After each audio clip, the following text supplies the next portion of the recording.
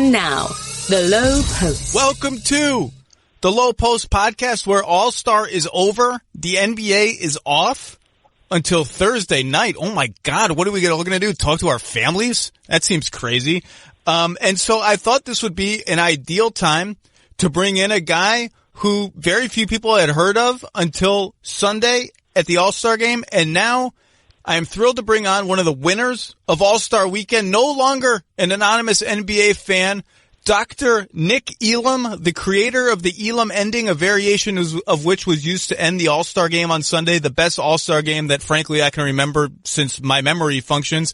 Mr. Elam, Dr. Elam, professor at Ball State University, how are you? I'm doing great. Thank you for making time. This is probably one of the few times of the year where you have a little bit of downtime, and for you to spend some of that to speak with me, that's great. I appreciate it.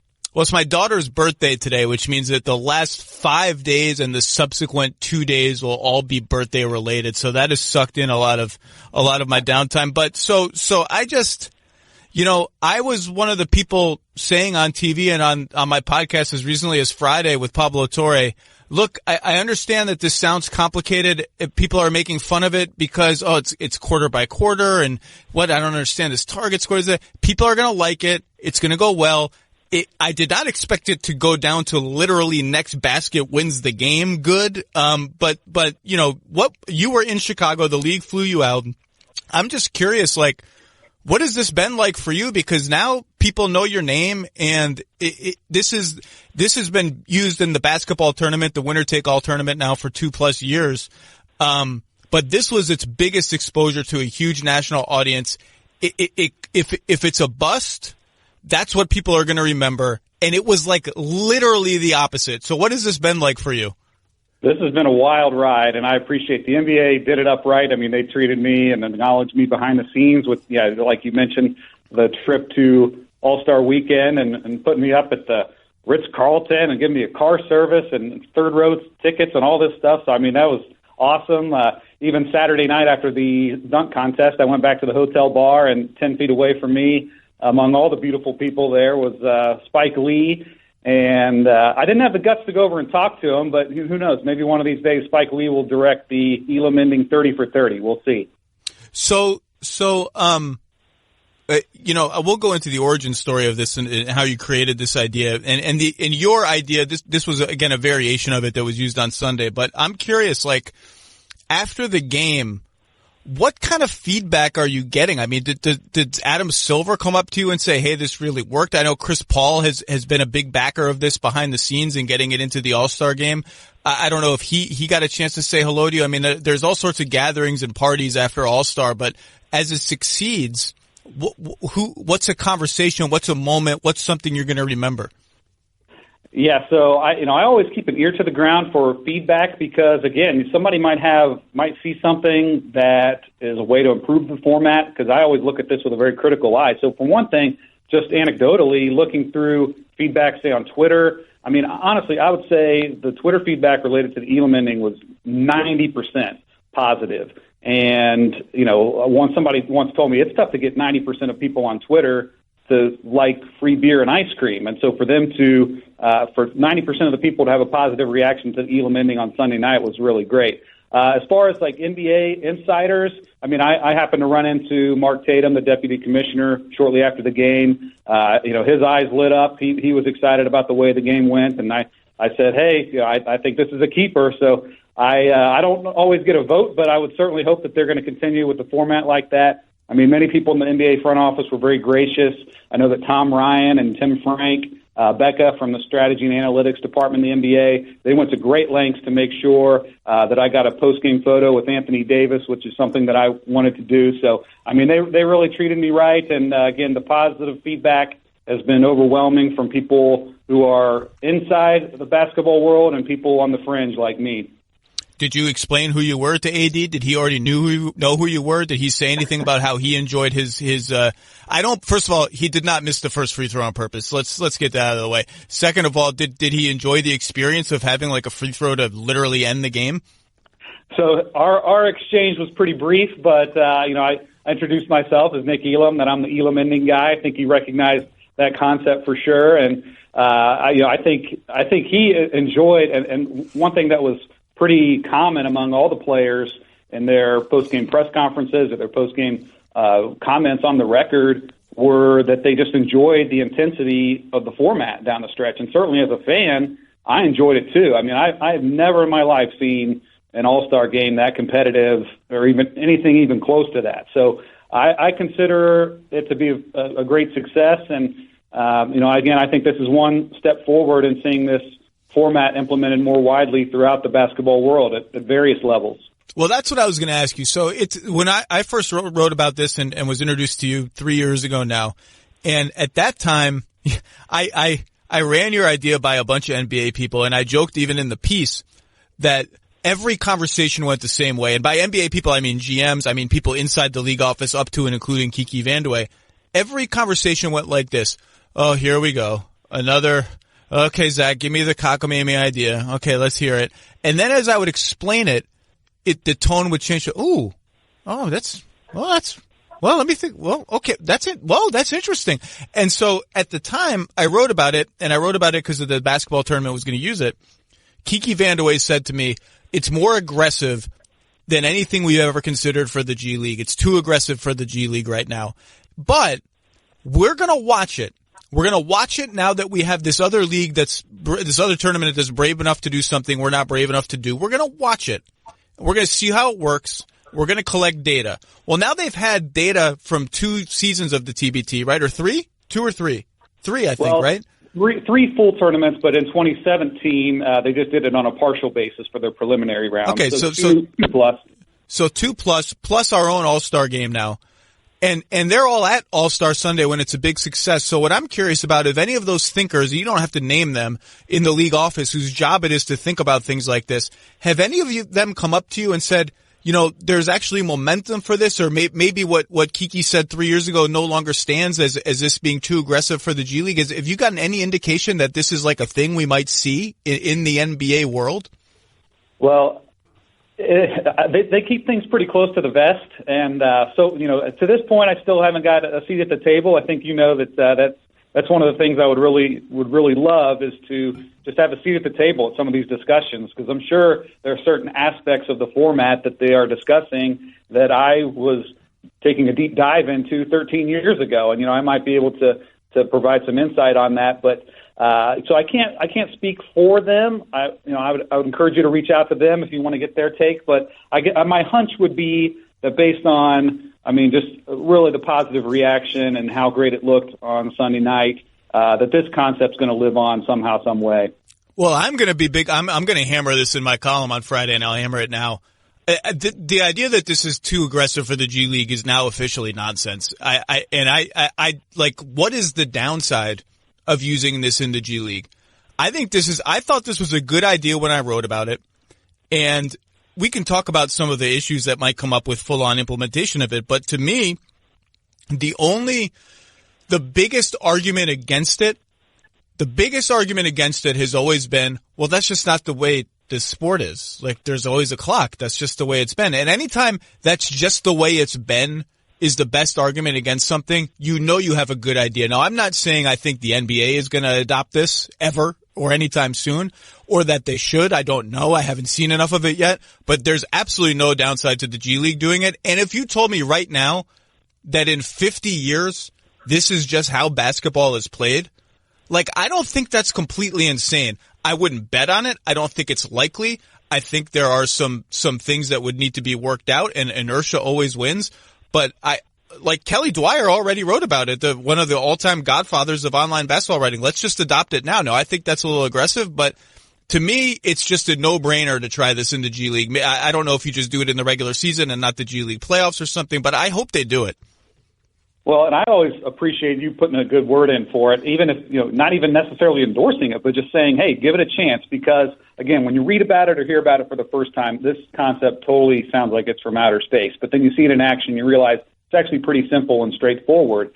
And as far as, who likes it, who doesn't like it, so far there's not a real profile of who likes it and who doesn't. It cuts across all ages and races and genders so far, and levels of basketball experience and influence. But one of the things that I think is really cool is some of the strongest proponents of the Elam ending to this point are people who would probably consider themselves old school, people who have been immersed in the game for a long time, who just value good fundamental basketball, because that's what the spirit of this whole concept is. It's not meant to change the game. It's not meant as a gimmick. It is meant to simply preserve a more natural style of play through the end of every game. And so far, that's what we're seeing.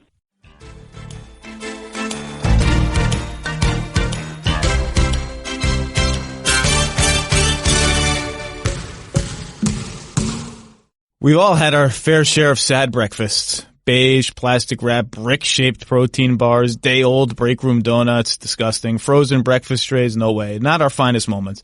But now that McChicken breakfast sandwiches are on the McDonald's breakfast menu, we should never go back to those old, sad breakfasts. The McDonald's McChicken is a breakfast worth getting up for. It's time to change your life for breakfast. Buttery, crispy McChicken biscuits and savory sweet chicken McGriddles, freshly prepared and now available nationwide, everywhere at McDonald's. That's how you wake up breakfast at participating McDonald's for a limited time.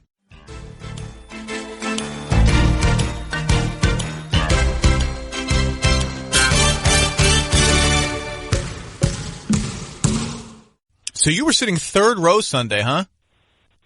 I had great seats all weekend. Third row, I was on the side with the stage. I was on the side where they were shooting for three-point contest and dunk contest. It was a great vantage point, absolutely. So from your third row, you realized once LeBron dunks the ball and gets his team within one of the target score of 157, that the game could end on a free throw. And if there was criticism is too strong a word, if there was a worry or something that people who were not even necessarily skeptics, but thoughtful people who were trying to play out, okay, let's play out some potential downsides of this idea. Let's have a back and forth with me. 2 years ago, they said, well, we will see games end on free throws, and you have to be okay with that, and that might be an issue. So that reality is now staring you in the face when Team LeBron gets within one. What are you thinking at that moment? And it does end up ending on a free throw. Were you disappointed, or do you actually kind of think, well, okay, this is one of the scenarios that people feared, and it still ended up being exciting, so I'm almost kind of relieved that it ended that way? You can count me as one of the people who would rather see a game end on a high-flying dunk or a three-pointer or something like that. But we've seen some games that end with a free throw, including Sunday night. And TBT games, it's around 15 to 20% of games so far have ended with a free throw. And that so far has been one of the biggest criticisms, like you said. And I don't shy away from any criticism, any feedback. I consider it all constructive. But to me, when I hear that, I say, wait a second. If you don't like seeing games decided by free throws, then you should absolutely love the Elam ending, because it is the norm under the regular format to see games decided by free throws, and it's the exception under the Elam ending. So over the years, I have tinkered with ways that maybe you could reduce the number or the percentage of games that ends on a free throw, or maybe even eliminate it altogether. So far, I'm not in love with any of those modifications. I think it would introduce some unintended consequences. So, right now, I think we just have to be willing to accept that, a small percentage of games might end with a free throw. Don't let perfect be the enemy of good, or don't let perfect be the enemy of improvement. And, I think that didn't, I think overall, I think people have to be honest. That was the best fourth quarter, all included, that we've seen in the All-Star game in recent memory. Oh, and I tweeted in the first quarter, because the first quarter was a dog crap All-Star game quarter. Nobody played any defense. Everybody just walked in for dunks. It was awful. It was a blowout in favor of Team LeBron, I think, so that the charity element didn't even come into play like it did in the third quarter. But I tweeted during that quarter, I still think the fourth quarter has a chance to be good because of this ending. And it ended up being good. And I'll go you one third further. I didn't care that it ended in a free throw. And I'll tell you why. Number one, it was really, really exciting to watch Team LeBron within 3 of the target score navigate in real time an unprecedented for them, because this hasn't been the rule, decision of, do we go all out and hunt a 3? Which they did. I mean, LeBron took essentially a half-court shot a couple possessions before the game ended. Or do we take an uncontested 2 that prolongs the game but gets us within a point of the target score, if we can get an uncontested 2, which the defense essentially ended up conceding a 2. And to me, that strategic excitement, the taking the uncontested 2 opened up the possibility of a free throw winning the game. But because of that prelude, the free throw itself kind of became exciting. So I wondered what you thought watching Team LeBron navigate that, and how teams in TBT, how have they navigated that? Have you seen teams just go all out for 3? Have you seen that backfire and the other team gets back in the game? So, yeah, I love the strategy talk. And, again, I think that this does not – I don't think the Elam ending stifles strategy. I think it opens up all new strategies, and really it opens up your full complement of plays and players late in the game. Under the regular format, we use the word strategy, but I don't know. Strategy is kind of a grown-up word, and I think in order to call something a strategy, it has to work some of the time, and you have to have other options to choose from. And when it comes to that late-game deliberate fouling strategy, it hardly ever works, and you really don't have any other choice. I'm not even sure we can call that a strategy. So the Elam ending opens up more strategy, and when it comes to TBT, yeah, we've seen some teams get very 3-happy when they are within 3 points of the target score, even if they've got the lead. And we have absolutely seen that backfire on some teams. So I think if you've got, if you've got the chance to end it with a 3, if you've got a great look from 3, that's fine, but don't force it. I loved it. And even, I was watching High Noon yesterday, and Bomani Jones and Pablo Torre were talking about how, well, it was so disappointing that the game ended on a non-shooting foul, and we would need to tweak the rules to legislate that out. I didn't even mind that, and the reason I didn't mind that was because Kyle Lowry had gotten stuck on Anthony Davis on a switch, and Anthony Davis ducked in from the right corner underneath the rim, and as LeBron's entry pass was in midair, Kyle Lowry kind of dragged him to the floor. That's a non-shooting foul. I get that. But it's pretty damn close to a shooting foul, because if Anthony Davis catches the ball, he's just going right up with it and it's a dunk and the game is over. Like, it's not as if it ended on like a completely run-of-the-mill reach-in 50 feet from the rim or something like that, which seems like something you could easily legislate out. It ended up on a non-shooting foul that was like pretty damn close to a real shooting foul. Yeah, I'm with you. Again, free throw is not my favorite way to end it, but I think we have to be willing to accept that a small percentage of games are going to end that way. And again, the more and more that detractors of the Elam ending format are outspoken and say that ending games with free throws is the fatal flaw of the format, to me, that's them telling on themselves. And again, because that is bringing more attention to the fact that it is the norm under the regular format to see games decided by free throws. So, again, I do not shy away from that at all. Also, if he misses both of those free throws and his team loses, like, that's an exhibition game, and you remember that forever. If that happens in the NBA Finals, I almost feel like you're a Scott Norwood kind of situation where you're like a field goal kicker who misses a game-winning field goal. And I feel bad for the players because that's an enormous amount of pressure. And there are missed free throws in the NBA lexicon that we all remember, like Nick Anderson missing 4 free throws in a row in the 95 finals. But there are other missed free throws that potentially swung games and series. Like, how many people really remember Kawhi Leonard missing a free throw down the stretch of Game 6 of the 2013 finals before Ray Allen hits the shot? Like, diehard fans remember that. Spurs fans remember that. Maybe Heat fans do. But it's not etched into your brain with the permanence of, like, if Anthony Davis had actually missed both of those free throws and they lost, that's like a Nick Anderson, everybody remembers that forever kind of thing. I love what you just said there. I'm going to say a few things about that. One thing I remember about that 2013 NBA Finals is that people were leaving the building because the Heat were down by 5 points, because we're so conditioned to thinking that a 5-point deficit is impossible to overcome. So you might remember people, infamously, fans leaving the building and not being able to get back into the game because, again, we're just so conditioned to thinking that if you're down by 5 late enough in the game, you can't come back. And with the Elam ending, you always feel like you're in the game, even if you're down 5 or in that range. When it comes to, players being remembered for missed shots, I know we romanticize about the pressure of a buzzer beater shot, but I'll ask you, and I'm not trying to stump you. I really want to know: can you remember any player in the history of basketball who's truly remembered as a GOAT for missing a buzzer beater shot.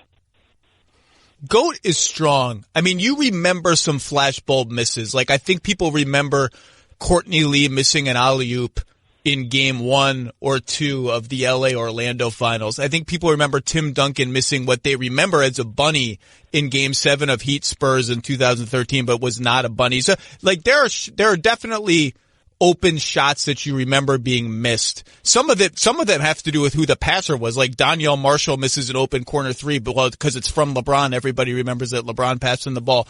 But I get your point. I get your point because and I almost feel pity because I think it sucks that people get remembered for failures like that. Like everywhere Nick Anderson goes, he has to look around the room knowing that if there's one thing NBA fans in the room know about him is that he missed 4 free throws in a row. Like that kind of sucks.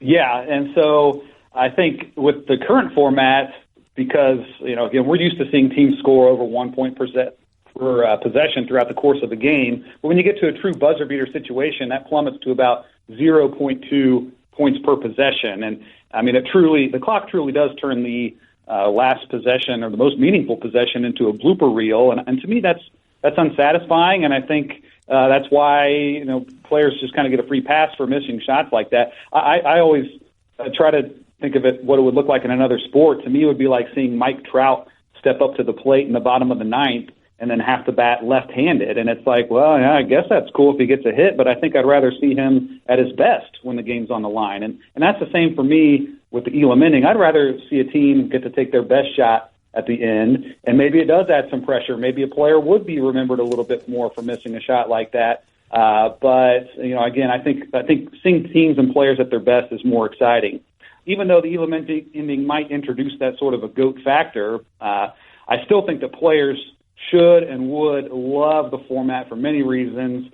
Most of all, from kind of a marketability standpoint, I think their images would be tied to so many of these game-ending shots that would help their brand and they could market themselves in whatever way they could. I really think that would be beneficial to them. And then also, one residual effect of the Elam ending is that it eliminates overtime. And I think over the course of a season, you're eliminating some wear and tear on players in that regard. That's one thing I actually saw as maybe a downside of the Elam ending years ago, but I actually think it's a good thing now. I researched over the years how often overtime is able to live up to the excitement of regulation, because obviously if a game goes to overtime, that means regulation had to go down to the buzzer some way or another, make or miss, and it's less than half the time that overtime goes down to the buzzer. So it kind of sets up for an anticlimactic finish, and I don't think we're going to miss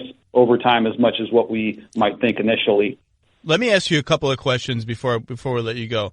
One of the things that the NBA thinks about a lot and thought a lot about in relation to your proposal was, the NBA has been grappling with it. Is our league too predictable? Are the outcomes of games too predictable, both in a macro sense, like, going in, team X is really good in there at home and rested and blah, blah. And like, it's hard to come back late in the game when you're behind. Now that's less true now with the prevalence of threes, but when you introduced the Elam ending and when they started to learn about it, they thought, okay, we like the idea of more comebacks of the game always being on the line, but we also don't. There's also a point where it's like too easy to come back, where you're not punished enough for being behind late in the game. So in TBT, what is the effect on the likelihood of a comeback, Ben, compared to if you played it out under a clock? So the really striking stat from the current format, again, is that when a team has to resort to the fouling strategy late in the game, that they only come back and win the game about 1% of the time. And that excludes all of the blowout games where a team doesn't even bother with fouling. They feel like, hey, we're gonna concede here. So there's no exactly apples to apples comparison with TBT, with the Elam ending, because there's no situation where you're forced to foul. But just anecdotally, in 2019, it's a 63-game event. 13 of those games were won by a team that trailed at some point during the Elam ending. There were 5 additional games where a team was able to tie up the game during the Elam ending, even though they went on to lose. So it does add what I would call a healthy amount of unpredictability. I don't think that this gives a unfair advantage or disadvantage to the leading team or the trailing team. But what I do think it does, and I think this is a very good thing, I think the Elam ending takes away some of the artificial disadvantages that the trailing team faces, where they get to a point where they now can't rely on defensive stops anymore. They are so desperate to stop the clock that they are willing to hand away free points at the foul line. And then when they're on offense, where they have to rush and force up ugly shots, where they are no longer able to get their best look, it takes away those artificial disadvantages. And now they still face a disadvantage. I mean, they're trailing going into the final stretch, but I think it's a better indicator down the stretch of it's a better way to prove who's the better team. Another issue that I wonder how real it proved, I bet it did prove real, is people, the point of the Elam ending is to have less intentional fouling, but everything has unintended consequences. And this brought up a scenario where people thought, well, there's definitely going to be intentional fouling in this specific scenario, which is if my team is ahead and we're 1 or 2 points from the target score and the other team has the ball and they're 3 points from the target score, well, I should absolutely hack them so they can't get off a 3 that can win the game before I have a chance to get a 2 or a free throw to win the game. Now, I don't necessarily think that that's a problem because teams foul up 3 in the NBA already to prevent 3-pointers from being launched, but have you seen that behavior play out in TBT? I love this discussion, and it reminds me how far this concept has come because, again, back in 2007, here I am sitting in my apartment at my desk, scribbling out this scenario, which I call and still call the 3-2-1 scenario, just like you said, and thinking, yeah, if I was a team in that situation on defense, I would absolutely foul, and I still think that that's true today. Now, as you mentioned, there's a rough equivalent to that under the current format, so even if you consider that to be a flaw, it's not even a new flaw. And then if you compare that to the widespread deliberate fouling that we see late in games currently, this 3-2-1 scenario, it happens at a much smaller percentage of games. It's not a repeatable strategy. It almost guarantees and sets up an exciting finish. So there are, again, reasons why I think it's more forgivable. We have seen that scenario arise in TBT. And going back to 2017, there's been 13 games where that situation has come up. In 8 of those games, the team decided to foul. And they ultimately went on to win 4 of those games and lose 4 of those games. There's 5 games where a team on defense decided not to foul. They decided to play it out. And they only won 1 of those 5 games. So, again, in that small sample, we're seeing, again, it doesn't guarantee a win by any means, but you're better off fouling in that scenario. But, again, I think it's more forgivable than for all those reasons I mentioned before. And I do think that we could see in TBT 2020 a fix for that, where it would totally take away that inclination to foul. Interesting. Well, I'll be staying tuned for that. Look, no idea is perfect. There are problems with every kind of idea. There are unintended consequences, all of that. What's the criticism or what's the issue that keeps you up at night? What's the thing that resonates most with you as if there is a flaw here, maybe it's not a fatal flaw or whatever, but if there is something that I'm worried about over a larger scale, if this ever had a chance, this is the problem, this is the issue that we have to resolve, or this is the thing that keeps me up at night? I wouldn't say that there's anything that keeps me up at night, because I really am that confident in the format. I really feel like I've scrutinized it as much as I can, that we've either implemented or we've got modifications in the back pocket if ever necessary. So I mean it when I say that there's nothing necessarily that from a soundness standpoint that keeps me up at night. As far as just a perception, it's still the top criticism of the Elam ending is that people do not believe that it could ever live up to the excitement of a buzzer beater. And on paper, I always thought that it could do that. And even seeing it in action, I feel even more strongly that these games that come down to a sudden death situation in TBT, and I've been in the arena for plenty of these games, when that final shot goes through the net, it still has that look and that sound and that feel of a buzzer beater. And even a lot of games that are decided by 4 points or more, that it still has that excitement of a buzzer beater. And I think what's even better is that, it takes out all the guesswork. You can go ahead and celebrate, go crazy. You don't have to worry about an official blowing their whistles, telling you have to stop celebrating and go back to your bench for a clock review. It takes out all the guesswork there. So I think that I've always maintained that the Elam inning is a way that we can keep and enhance the things that we already enjoy about late game play, and it can eliminate or alleviate the things we don't enjoy. Did you go out for a drink on Sunday? Did you get like $150 glass of champagne? Did you do something to mark the night for yourself? I did.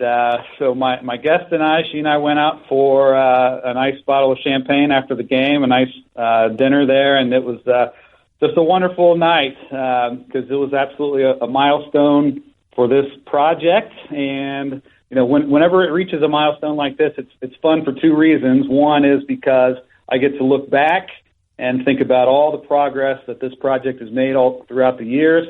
But the other reason is because I get to look ahead and think about exciting possibilities for the future. And I think we are going to see this concept continue to grow throughout the basketball world.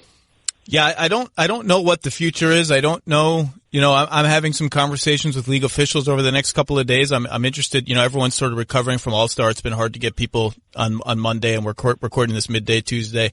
I'm interested to see what they say and their feedback is, because there's only, if it doesn't go into the NBA, the big three uses a target score from the beginning, so it's already there in a different way.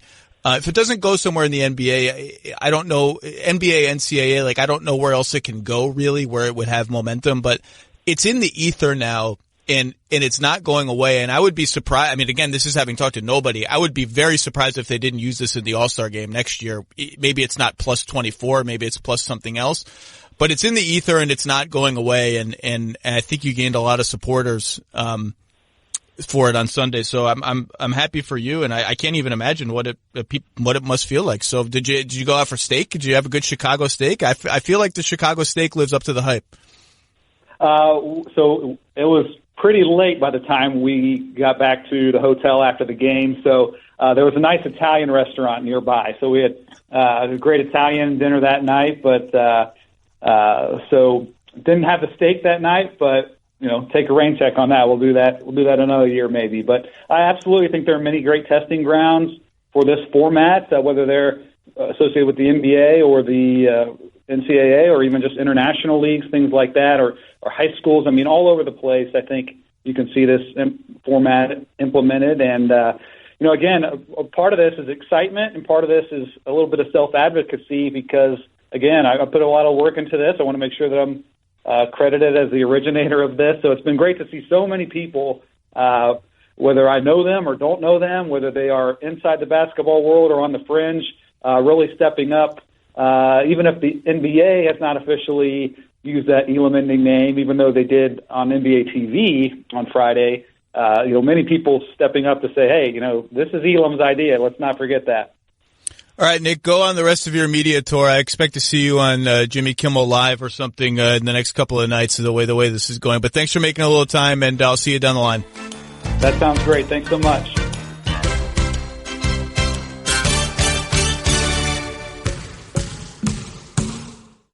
The Lowe Post is presented by Goodyear. Drive always discovers possibilities. Goodyear, more driven.